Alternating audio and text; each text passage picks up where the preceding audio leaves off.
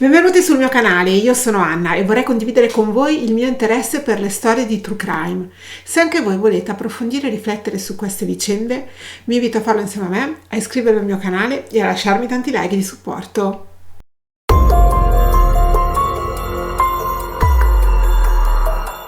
Oggi vi propongo un video diverso dal solito. Oggi ho il piacere di proporvi una collaborazione con Davide Mascitelli, che oltre a essere un esperto del settore è anche un caro amico. Davide è amministratore di un gruppo Facebook, Crimini Italiani, Persone Scomparse, Omicidi Risolti e Omicidi Irrisolti, il cui link vi lascio nell'info box. Abbiamo pensato a questo video in un formato podcast.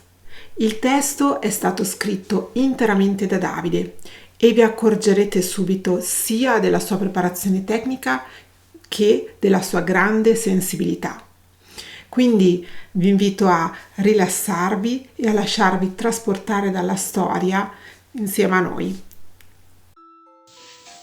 La storia tra Lucia e Luca inizia nel 2009. Hanno tante cose in comune Lucia e Luca, entrambi classe 1977, entrambi avvocati civilisti, entrambi belli e con altrettanto belle prospettive per il futuro, ma al tempo stesso sono anche molto diversi. Lucia è una donna di Urbino di 35 anni, libera, avvenente e volitiva, avvocato civilista di successo. Quello che vuole Lucia se lo prende. È una donna piena di amore da dare, una donna che si butta a capofitto in una storia, con la sola condizione che i suoi sentimenti siano ricambiati, e spera che siano ricambiati. E come vedremo in questa vicenda, convince se stessa che questi sentimenti siano ricambiati. Luca è un ragazzo di Pesaro, dove è nato, vive e lavora come avvocato civilista nello studio di famiglia. Anche lui ha 35 anni, ma non è libero. Da 10 anni ha quella che viene definita la sua fidanzata storica, Ada, che nella vita di Luca, a parte alcuni momenti di crisi del rapporto, rimarrà e rimane a tutt'oggi una costante nella vita di Luca. È un professionista di successo, molto attaccato alla famiglia e molto attaccato ai suoi amici, quelli del calcetto settimanale, quelli con cui guarda a casa sua le partite della squadra del cuore, a colpi di pizza e di birra. Non è un playboy Luca, non è uno sciupafemmine, ha avuto pochissime donne nella sua vita, o almeno così dichiara, perché non è portato ad avere rapporti occasionali, soprattutto in quanto si dice innamorato perdutamente di Ada, con la quale da qualche anno convive, anche se, come già detto, nel 2009, entrando in un periodo di crisi, i due decidono di interrompere temporaneamente la convivenza, ma non il fidanzamento. L'incontro tra Luca e Lucia avviene nel modo meno romantico possibile, nelle aule di tribunale, dove capita che in qualità di avvocati si trovino a lavorare l'uno contro l'altro. È proprio alla fine di uno di questi scontri legali che Lucia, dei due quella sicuramente più intraprendente, fa il primo passo verso quel Luca che ha scoperto piacerle, che trova bello, intrigante e affascinante, e lo invita a bere un caffè insieme. Quel caffè sarà l'inizio di una storia che avrà un finale tra i più tragici che la cronaca italiana ricordi. Saranno tanti i caffè che Lucia e Luca gusteranno insieme prima che la relazione decolli. Luca, fedele al suo carattere poco portato, come già detto, ai rapporti mordi e fuggi, non fa mai e non farà in questa situazione il primo passo. Sarà Lucia che, stanca dei troppi caffè, si deciderà a baciare Luca, bacio che darà finalmente inizio ad una relazione piena di passione, sebbene con un perimetro ben definito. Luca mette subito in chiaro di essere fidanzato con Ada e di non voler rinunciare a questa storia, ma al tempo stesso non rinuncia alla dolce e focosa compagnia di Lucia, che quest'uomo comincia ad amarlo. Come ha dichiarato lei stessa nel libro che ha scritto, quando non lo vedevo, quando se ne andava, mi mancava come l'aria. Tanto era innamorata di Luca e tanto sentiva il bisogno di averlo vicino che Lucia decide di comprare un appartamento a Pesaro, lasciando, almeno in parte, la sua Urbino, e non certo per una coincidenza lo acquista nella stessa via dove Luca ha lo studio, a 50 metri di distanza. Li separano una manciata di numeri civici. Questo porterà la relazione ad essere, a malgrado del volere di Luca, ancora più stretta. Molte saranno le serate di Lucia e Luca nell'appartamento di lei, serate di passione, ma serate che finiranno sempre, senza eccezioni, con Luca che, per un motivo o per l'altro, con una scusa o con l'altra, tornerà a casa. Luca non dormirà mai, non una sola notte, a casa di Lucia. Dirà a Lucia che deve tornare a casa da suo padre, ma in realtà Luca tornerà al suo porto sicuro, alla sua Ada. Luca inizierà a mostrare insofferenza per questa relazione, che sembra non avere uno sbocco. Lucia non vede la luce in fondo al tunnel. E sarà questo il momento in cui Luca inizierà a prendere una deriva pericolosa, quando comincerà a dire a Lucia che il rapporto con Ada è in crisi, che alla fine, che presto l'avrebbe lasciata. Lo diceva Luca, lo ripeteva, sapendo che non stava dicendo la verità. Gli crederà Lucia, gli crederà per molto tempo. Gli crederà anche quando Luca nel 2011 verrà colpito da un tragico lutto, la morte di sua madre. E al funerale, Lucia, curiosamente invitata da Luca a non partecipare, andrà lo stesso per scoprire che Ada la funzione presente ed è nelle panche dedicate alla famiglia. È normale, sono stati insieme tanti anni. Questo si dirà Lucia per non ammettere a se stessa il vero stato delle cose, per convincersi che Luca vuole lei, non Ada. Fino a quando le cose iniziano a precipitare. Un'amica comune di Lucia ed Ada prende di petto Lucia e la invita ad aprire gli occhi. Luca sta ancora con Ada, non la lascerà mai. Il mondo crolla addosso a Lucia, ma la scuote al punto di prendere finalmente la decisione. È finita. Chiude la relazione con Luca, gli dice che non ha più intenzione di fare l'amante, di andare avanti con questo rapporto non trasparente. Ma non si ferma qui Lucia, contatta Ada e le racconta tutto della relazione che ha vissuto con Luca, causando ulteriori crepe ad un rapporto già incrininato da tempo. Capiterà che Lucia e Luca si incontreranno di nuovo nei pub, nei locali, ma Lucia manterrà sempre le distanze e non ne vorrà sapere di un riavvicinamento. È a questo punto che qualcosa in Luca cambia. La decisione di Lucia lo spiazza, lo sconcerta. Non sapremo mai se per un sentimento di amore che ha scoperto di provare per lei o se per l'orgoglio di un uomo che credeva di avere questa donna in suo potere. Non sapremo mai cosa sia scattato davvero in Luca, perché non lo sa nemmeno lui. Inizia a fare cose deprecabili e avere comportamenti incomprensibili. Il primo di questi gesti avviene una sera, quando incontra Lucia in un locale e con una scusa riesce a prenderle il cellulare, scoprendo che la donna sta scambiando messaggi con un uomo che ha conosciuto di recente. E succede l'impensabile, o almeno quello che fino a ora lo è stato. Luca fa una scenata a Lucia e le dà uno schiaffone.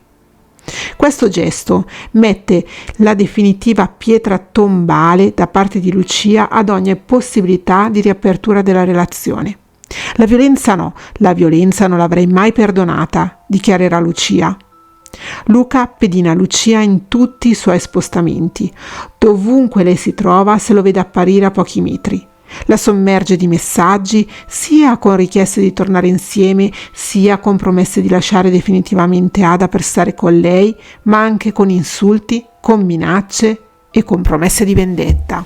Promesse che forse entrambi hanno tragicamente sottovalutato. Tra le tante azioni disturbanti che Luca mette in atto nei 2 anni che precedono la tragedia, ce n'è una che è un po' lo spartiacque.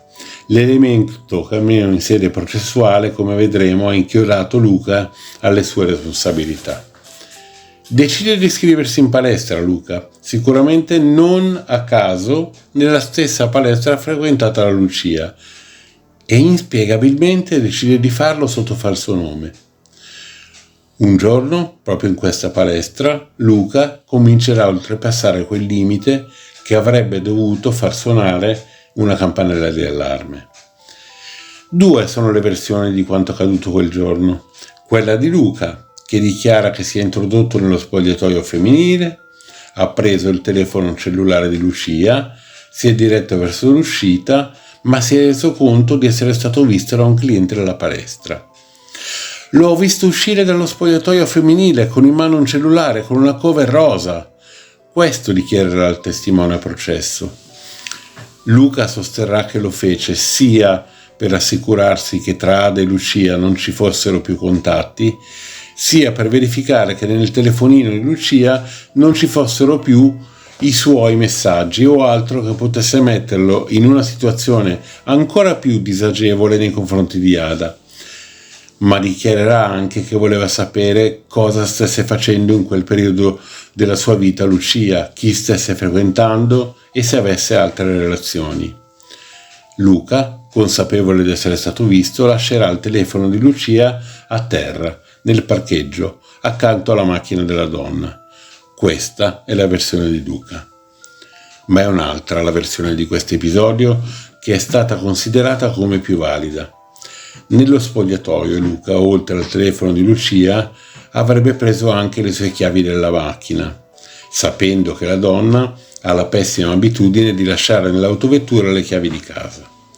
Luca avrebbe preso il mazzo di chiavi di Lucia, ne avrebbe fatta una copia, per poi rimettere a posto quelle originali nell'auto e le chiavi della macchina nello spogliatoio. Questo sarà un punto fondamentale per spiegare gli eventi che segneranno i momenti più drammatici di questa storia terribile.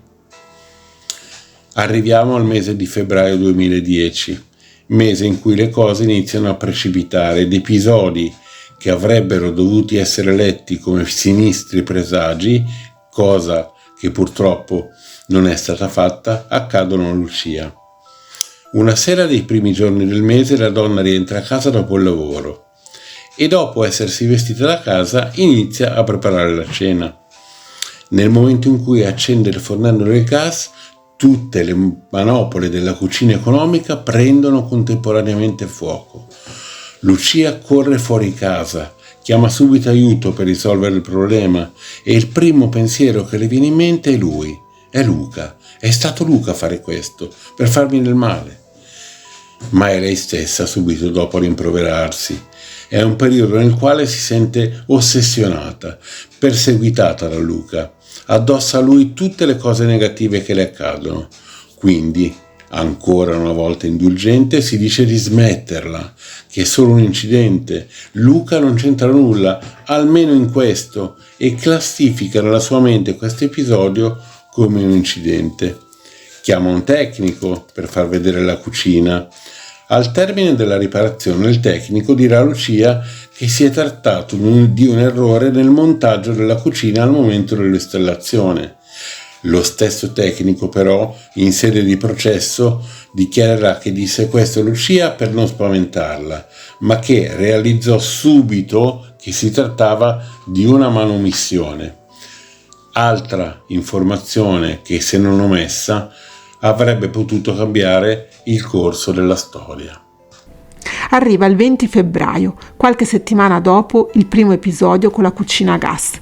Lucia torna a casa, come sempre dopo il lavoro. Apre la porta, o meglio, schiava la serratura, come dice lei con una tipica espressione marchigiana, e si rende conto che la porta è chiusa solamente con 2 mandate. Strano, pensa tra sé e sé. Strano sì, Lucia è abituata da sempre a chiudere la porta con 4 mandate. Questa anomalia Lucia la nota, ma la accantona ancora una volta, pensando che si sarà sbagliata la mattina uscendo. Entra nell'appartamento e la prima cosa che vede la lascia paralizzata. Il tavolo rotondo che arreda il suo ambiente sala-cucina è spostato rispetto al solito, è spostato di quasi mezzo metro e sopra al tavolo trova appoggiata una delle sedie che di solito lo circonda. L'immagine che le si para davanti agli occhi è chiara: qualcuno è entrato in casa sua e questo qualcuno è entrato con le chiavi, perché non ci sono segni di effrazione alla porta e alle finestre. Il tempo di riprendersi dallo shock e Lucia realizza un'altra cosa, ben più spaventosa: l'odore di gas. La stanza è satura di gas, le finestre sono chiuse, le porte sono chiuse. Lucia ha la prontezza di correre verso la porta per uscire di casa, spalanca l'uscio e di fronte a sé trova la risposta alle sue domande. Fuori dalla porta c'è Luca, con il dito sul campanello. Dito che, se avesse premuto quel campanello, avrebbe potuto dare luogo, vista la saturazione di gas nella stanza, ad un'esplosione che non solo avrebbe potuto uccidere Lucia, ma potenzialmente fare danni ben più gravi in tutta la palazzina. Luca, all'apparire inaspettato di Lucia, si spaventa, cerca goffamente di nascondersi. La versione di Luca a motivare la sua presenza davanti alla porta di Lucia sarà poi questa. Quella sera era a casa con amici per il consueto appuntamento per guardare una partita di calcio, condito come sempre con pizza e birra. Il gruppo ordina le pizze. Luca con un amico vanno a ritirare le pizze, ma senza una ragione comprensibile sbagliano strada. Non trovano la pizzeria e girano alla sua ricerca transitando nella via dove abita Lucia e Luca la vede parcheggiare. Mosso dal solito irresistibile desiderio di un confronto, Luca decide di salire per salutarla. Colpo di fortuna, trova il portone aperto, quindi sale al piano dove abita Lucia e fa per suonare il campanello, quando la donna apre la porta e si lancia fuori dall'appartamento. Una versione un po' debole, se vogliamo essere oggettivi. Troppe cose bizzarre la compongono. Scordarsi la pizzeria dove probabilmente ordinava ogni settimana, nella ricerca di questa capitare proprio sotto casa di Lucia, trovare il portone aperto. La corte, in sede di processo, non crederà a questa versione. Passano altre settimane nelle quali Luca è sempre più inquieto ed è sempre più alla deriva, una deriva nella quale, oltre ad amplificare l'ossessione per Lucia, Luca inizia a fare uso di sostanze, forse per alleviare il dolore, forse per distogliere i pensieri da questa storia che lo sta consumando. Ed è in questo periodo che l'ossessione di Luca si trasforma in voglia di vendetta contro Lucia, vendetta per essere stato definitivamente lasciato, per essere stato costantemente rifiutato, per essere stato messo in crisi anche con Ada dopo le rivelazioni fatte a quest'ultima da Lucia. Vendetta. Siamo ad aprile del 2013. Luca ha affidato dei lavori di manutenzione della casa ad un operaio albanese. Operaio che, avendo bisogno di soldi e senza mezzi termini, fa capire a Luca che, appunto, per soldi, lui sarebbe disponibile per qualsiasi altro lavoro, qualsiasi, lasciando chiaramente intendere che quel qualsiasi ce l'ha anche eventuali azioni illegali. Ci pensa Luca, non respinge con sdegno questa proposta come la sua persona, il suo carattere, la sua personalità, la sua etica gli avrebbero fatto fare solo pochi mesi prima. Ci pensa Luca e ordisce un piano per vendicarsi di Lucia, un piano tanto terribile quanto criminale. E ancora una volta le versioni tra quello che è storicamente successo e quello che Luca racconta, fossero i suoi voleri, divergono. Luca decide che per farla pagare a Lucia le farà rovinare l'auto nuova, facendone sfregiare la carrozzeria dall'operaio albanese con dell'acido, e sarà l'operaio albanese a compiere dietro compenso questo danno alla vettura di Lucia. Questo gesto di per sé già gravissimo ha un sapore mafioso, che male si addice ad una storia d'amore o ad una lunga avventura che sia andata male. È Luca stesso ad acquistare l'acido che servirà per l'operazione. Luca pagherà carissimo questo flacone di acido, lo pagherà come vedremo in sede processuale, ma lo pagherà anche in termini economici. Difatti, nei momenti concitati in cui ha preso questa decisione, Luca esce dall'esercizio commerciale nel quale ha acquistato l'acido e appoggia incautamente il sacchetto con la bottiglia contenente l'acido sul sedile del passeggero della sua lussuosissima Porsche, regalo ricevuto da suo padre qualche anno prima, dopo la morte di sua madre. L'acido sul sedile sarà un altro degli elementi che inchioderà Luca alla sua responsabilità. È il 16 aprile del 2013. Lucia rincasa dal lavoro. Stranamente le luci dell'androne sono spente. Lucia sente tensione nell'aria, avverte una sensazione sinistra che non riesce a decodificare. Apre la porta di casa e all'improvviso viene travolta da una pioggia di inferno. Qualcuno le riversa addosso, soprattutto sul viso, una grossa quantità di acido. Il bellissimo volto di Lucia inizia a sciogliersi per effetto di quell'acido, a sciogliersi come una candela gettata in un camino acceso. I tratti che facevano del viso di Lucia quello di una bellissima donna in pochi istanti vengono cancellati, come si cancella il gesso da una lavagna, in modo irreversibile. In quei momenti il dolore fisico che Lucia prova raggiunge punte talmente alte da portarla a non sentirlo nemmeno più. Fugge sul pianerottolo Lucia, fugge urlando disperata e continua a ripetere come un mantra la stessa frase. È stato lui, è stato Luca, chi mi ha fatto questo è stato Luca. Inizierà così il calvario di Lucia. Poteva rimetterci la vita in questo attentato, ma si è salvata. Ed è iniziato un percorso infernale, fatto di interventi chirurgici, decine e decine di interventi, speranze, caparbietà, orgoglio, voglia di vincere, e alla fine vincerà.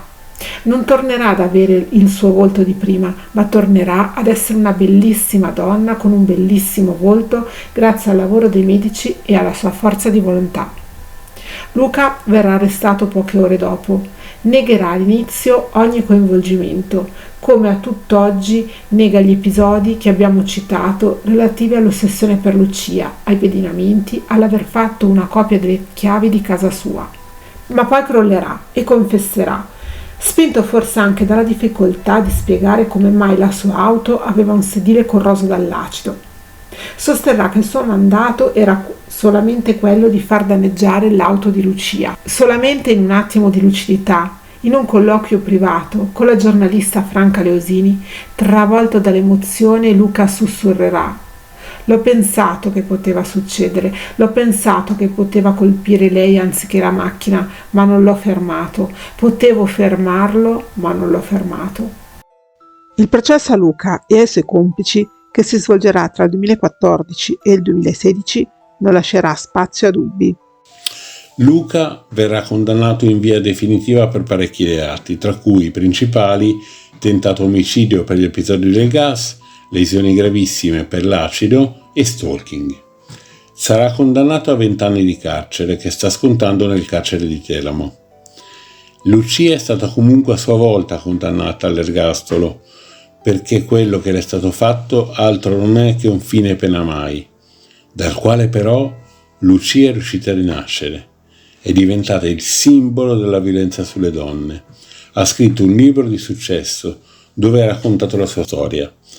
Si chiama Io ci sono, la mia storia di non amore.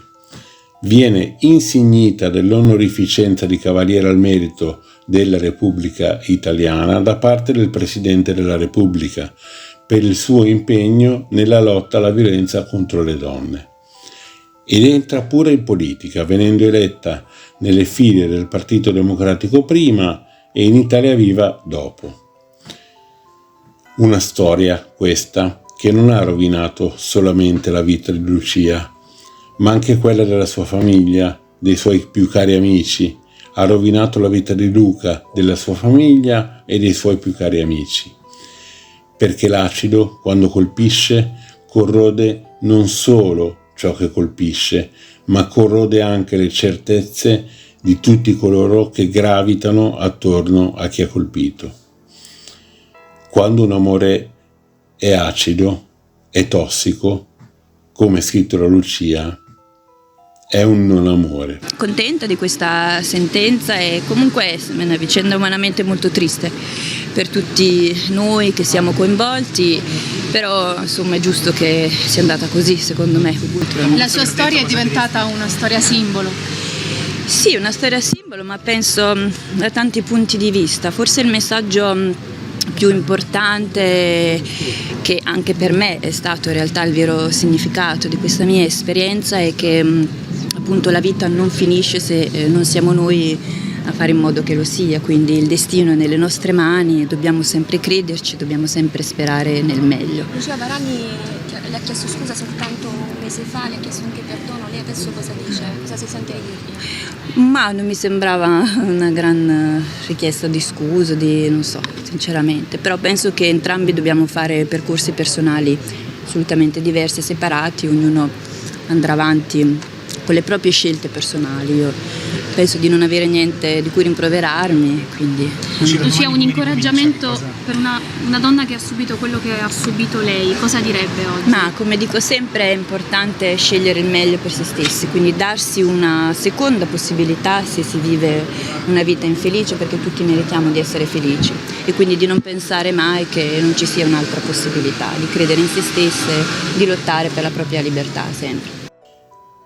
Tutto il nostro rispetto, la nostra ammirazione e la nostra stima vanno a Lucia per come è riuscita a rinascere dopo questa terribile tragedia e a riprendere in mano la sua vita. Un pensiero, concedetemelo, va anche a Luca, che a differenza della maggior parte degli uomini si è assunto tutte le sue responsabilità e, come lui stesso ha dichiarato, non c'è giorno in cui il senso di colpa per quello che ha fatto non lo divori. Io spero sinceramente in una sua completa riabilitazione. So che Anna non la pensa allo stesso modo e invece rispetto a questo dirà la sua opinione, ma ne approfitto per ringraziare Anna. Ed eccomi qui a ringraziare Anna per aver voluto condividere con me questa storia, così come per condividere con me ogni giorno le storie, per i consigli che mi dà e per i consigli che si fa dare, per il supporto e per l'aiuto che ci diamo a vicenda per migliorare tutti i giorni. Grazie Anna. Grazie Davide, ti ringrazio tantissimo anch'io per la tua disponibilità a collaborare con me in questo video. Io solitamente cerco di non esprimere opinioni sui protagonisti delle storie che racconto, perché non lo trovo corretto. Si tratta sempre di storie delicate e di dolore, sia dei protagonisti ma anche dei loro familiari. In questo caso però volevo sbilanciarmi per far sì che nei commenti si sviluppi un dibattito costruttivo come quello che di solito avviene tra me e Davide. Rispetto a Luca, anche io gli auguro chiaramente un percorso di riabilitazione che gli consenta di comprendere appieno quello che ha fatto e di superare i suoi problemi, quelli che l'hanno portato a compiere un gesto simile. Ma sono convinta che non sia affatto pentito di quello che ha fatto. Non ha mai veramente ammesso tutti i reati che ha compiuto nei confronti di Lucia e penso che questo suo pentimento sia solo una strategia giudiziaria, dato che poi lui è avvocato e queste cose le conosce bene, che sia solo una strategia per ottenere uno sconto di pena. Mi ha dato particolarmente fastidio nell'intervista che ha rilasciato a Franca Leosini la parte in cui chiede scusa a Lucia e le dice perdonami perché la cosa farebbe bene anche a te, cosa che è assolutamente vera, ma detta da lui mi ha dato l'idea che volesse ancora avere un'influenza su di lei e che la comandasse ancora. Lucia sa perfettamente cosa è bene per lei, non c'è necessità che sia lui a dirglielo e soprattutto lui non si dovrebbe più permettere di dare nessuna indicazione a Lucia, dovrebbe solo veramente chiederle scusa e capire effettivamente la portata di quello che ha fatto prima del gesto estremo, ma anche tutte le altre cose che è riuscito a fare. Fateci sapere nei commenti la vostra opinione, fateci sapere se pensate che Luca si sia realmente pentito e abbia assunto le sue responsabilità o se come me avete dei dubbi in merito al suo pentimento. Mi auguro di leggere tanti commenti e tante opinioni e tanti punti di vista diversi, che sono sempre quelli che mi interessano di più. Mi auguro che questo video sia stato di vostro interesse. Non ringrazierò mai abbastanza Davide per questa opportunità di collaborazione. Io vi saluto con un bacione. Ciao!